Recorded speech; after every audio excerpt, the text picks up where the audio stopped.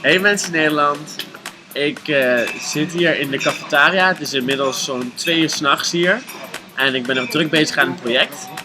Maar ik wilde tussendoor toch nog eventjes een vlog maken, omdat het toch al 2 weken geleden is en er is vet veel gebeurd.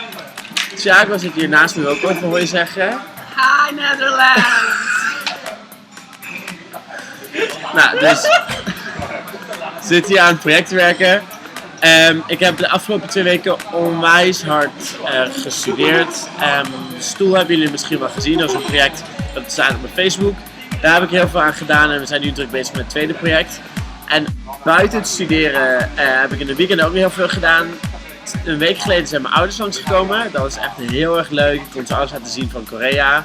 En het voelde echt even als vakantie.